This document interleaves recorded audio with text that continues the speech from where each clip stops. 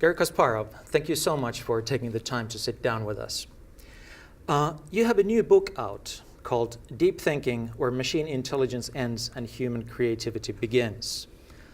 Could you tell a little bit about what a reader can expect from that book? One of the ideas behind this book was to bring people sort of into the midst of this debate about the future of artificial intelligence and human-machine collaboration. I'm troubled just to see that this debate now is overwhelmed by kind of religious fever. On one side, you have those who are preaching salvation through AI. This is the way to move forward. And a much bigger crowd is almost cursing AI, predicting that would be the end of humanity. I don't want either extreme. It's very important that we treat AI as a tool, a very powerful tool, a new, unique, but at the end of the day, there's nothing that makes us so different from the rest of the technologies that have been invented over hundreds of years, even over millennials.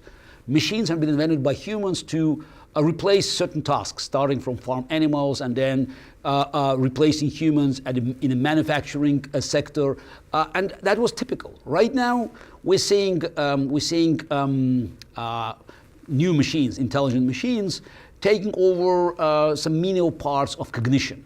But at the end of the day, that could be very good news, because more pressure on every industry forces us to take more risk and to get rid of our complacency.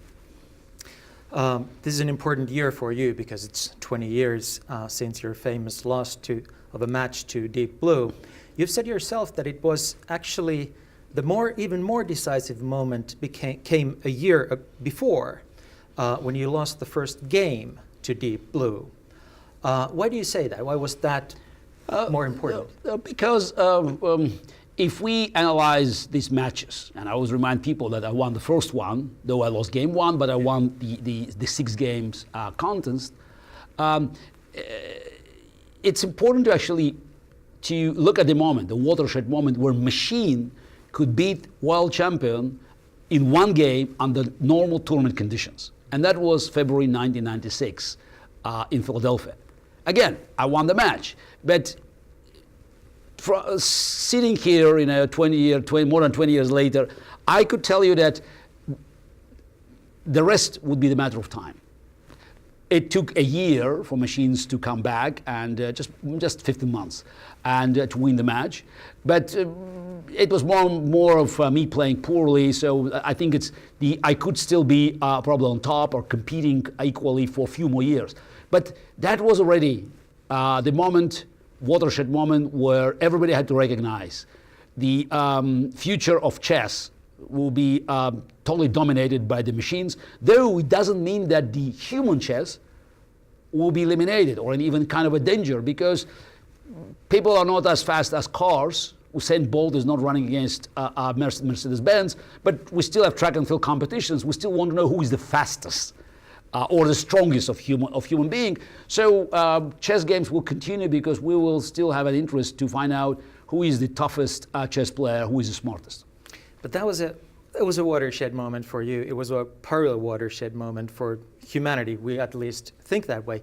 How did it feel? What went through your head when you realized what was happening? It felt badly. I remind people that it was not my first loss to machine. It was my first loss in the match period. So I was unbeatable until 1997. But now I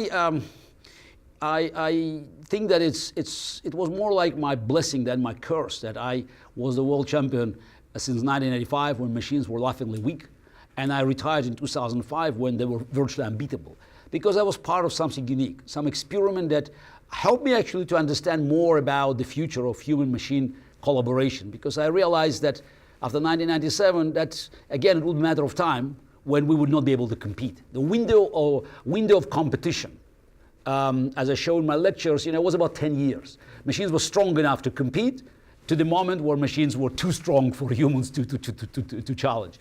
But if you can't beat them, join them. So how about bringing humans and machines together? How about combining these two separate set of qualities that could be very complementary, the human intuition, the human creativity, understanding on one side, and from the machines, side, you have brute force of calculation, unlimited memory, and other things that in combination with human qualities could bring us to a new level of playing chess. And as I predicted, that this experience was very helpful for us to understand in general the structure, the most effective structure of human-machine collaboration. How would you today define AI? Because I understood that 20 years ago it was just raw computation. It was not AI at all. I mean, this is that people should not be mistaken about Deep Blue. It didn't even have software. It was a very powerful monster, but it was as intelligent as your alarm clock. So 200 million positions per second was a speed that proved to be good enough with some algorithms, some knowledge to conquer the game of chess, not to solve. Chess is a mathematically infinite game with a number of legal moves 10 to the 45th power, but to win the game, to actually punish humans, even the best humans, who are poised to make mistakes.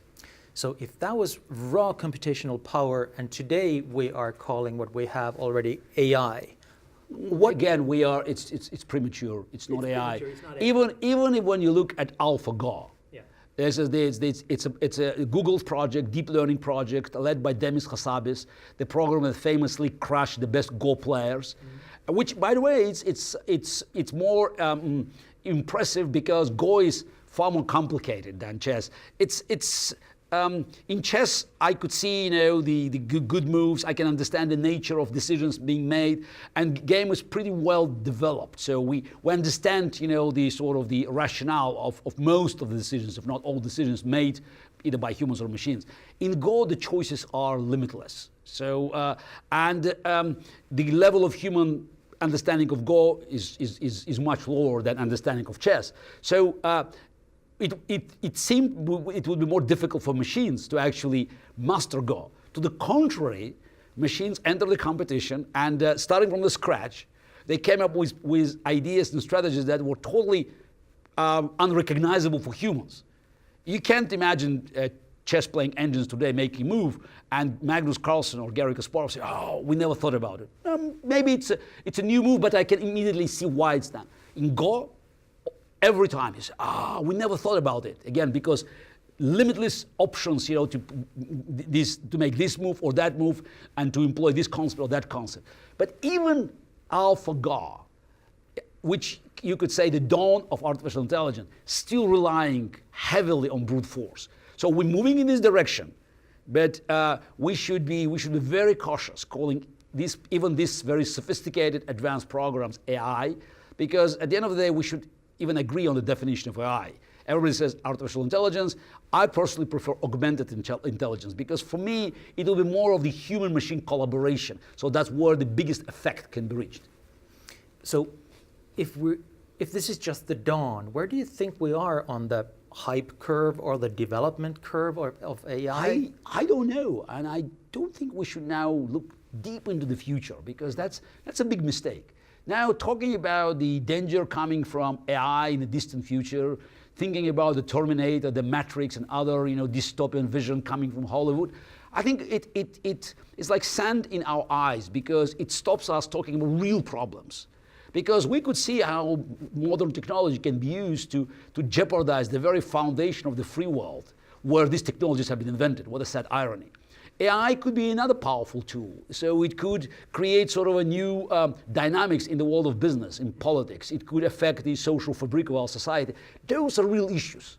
I think we should now concentrate on the potential threats and benefits from AI and to understand how we can meet these challenges because they will require a lot of adjustments in our political and social system. So for instance, we are dealing now with problems of containing, I would say, contamination of internet. So the free speech has been used and abused by the enemies of the free world. So should we ban it? Should we censor it? Should we find the right balance between free speech and hate speech? So how we deal with privacy and security? So those are real issues. And also AI automation will change the structure of many businesses because many jobs will be on the chopping block of automation. Now, It's not for us to say it's good or bad, it's happening, period. So how are we going to address this issue? So what are we going to find out, as an outcome? Because many jobs in the financial sector, the white collar jobs, will be gone. Bad news, but maybe it's good news. Since we saw the change in the 60s and 70s and 80s where talent went from the space engineering and the financial engineering. Maybe now it should go back. I'm not here to tell you exactly about all consequences of AI's interference in our lives, but I'm saying that if we keep concentrating on problems, we'll miss opportunities. An interesting thing you've said is actually a combination of two things. You said that the free chess app on your phone is more powerful than the Deep Blue that you played. What I said is a fact. And also, more people than ever are playing chess. Yes. So those two facts combined is super interesting regarding what humans will be doing in the future. So the machines are not taking over. On one side you say, the chess engines now, they're so powerful. So they make the blue performance pale by comparison. Even on, at the highest levels, some of the chess apps, they are just stronger than Deep Blue. Because of the Moore's law, because the device we have in our pocket is 1,000 times more powerful than a crazy supercomputer. So it's not surprising, because you add to this immense computation power, you add some knowledge, some new algorithms. It's 20 years. It's almost eternity for modern science and technology. But while it creates some kind of psychological problems for top players, on the other side, they offer great opportunity for amateurs to follow the games and to understand what's happening. So they no longer feel lost because the top guys make some moves and nobody can explain the rationale behind these moves. So while top engines, they somehow sort of diminish the performance of the elite, they are democratizing the game because a lot of people can be involved. And also, we have an opportunity of playing with the machine, human plus machine. So that's another opportunity for weaker players to catch up. So what we call the freestyle competition on the internet, where you can play with the computer against other opponents, with computers, without computers. So there are many options that are making the game more attractive for chess fans. That's a super interesting point, and I don't think it's talked about all that much, is that people always think against, like, man against machine, but we don't talk about, like, machines teaching us. AI sounds like first we're teaching machines, but then we can learn also. Because it's a two-way street. Yeah. Two-way street. So it's very important that this collaboration, will help us to get the best results if we know how to combine these forces. And that's where in chess we have a very useful experience that shows that you don't necessarily need the strongest player, but a skilled operator, someone who can come up with the best interface to make sure that the human-machine collaboration will be the most effective one.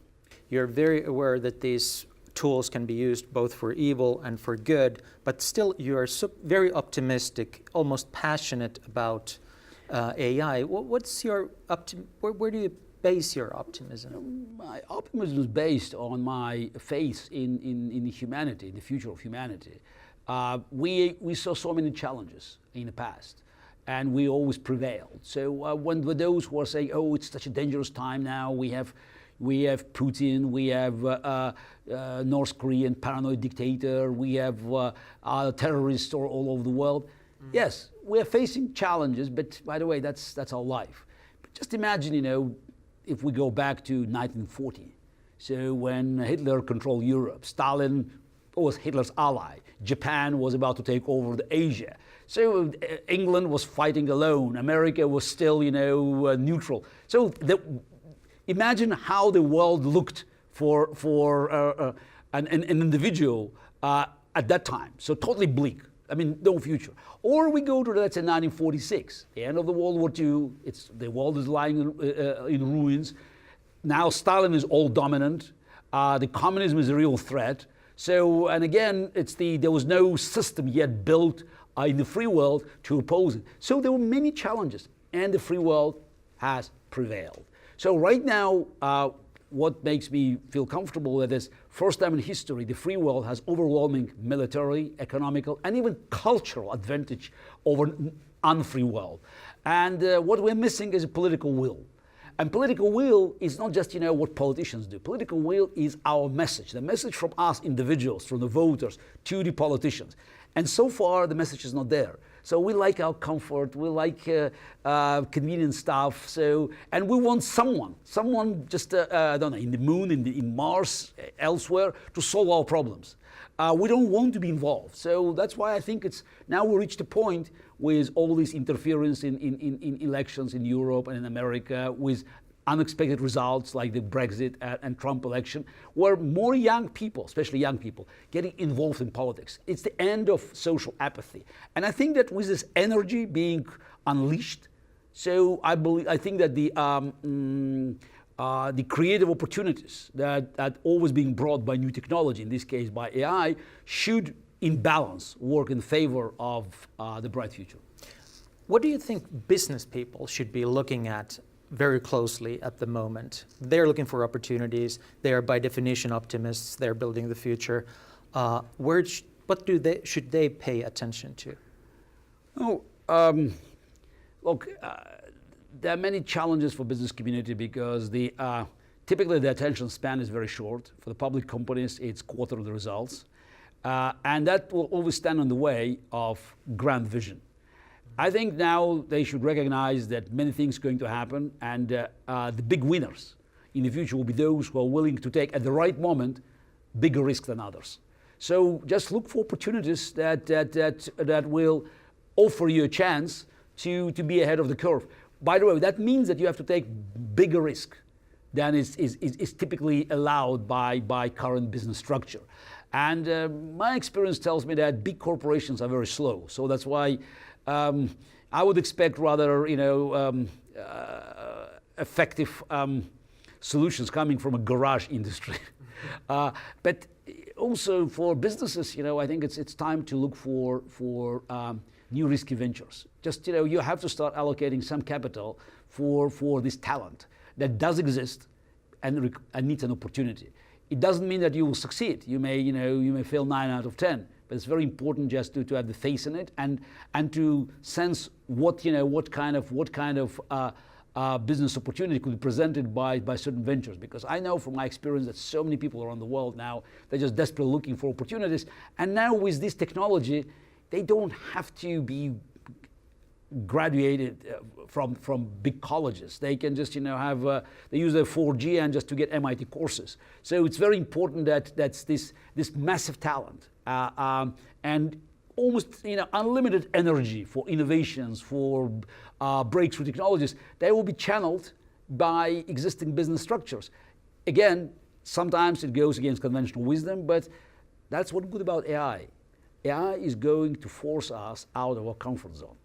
And those who will recognize that it's time to start thinking unconventionally, relying on this massive force of AI and using it for non-traditional approaches. Actually, I would say traditional approaches that we have forgotten. So going back to the ages of pioneers, recovering the spirit of innovations, taking chances. So this is something that I think will be rewarded. So far we could see only Elon Musk doing something that is very revolutionary. Others are trying just to stay put.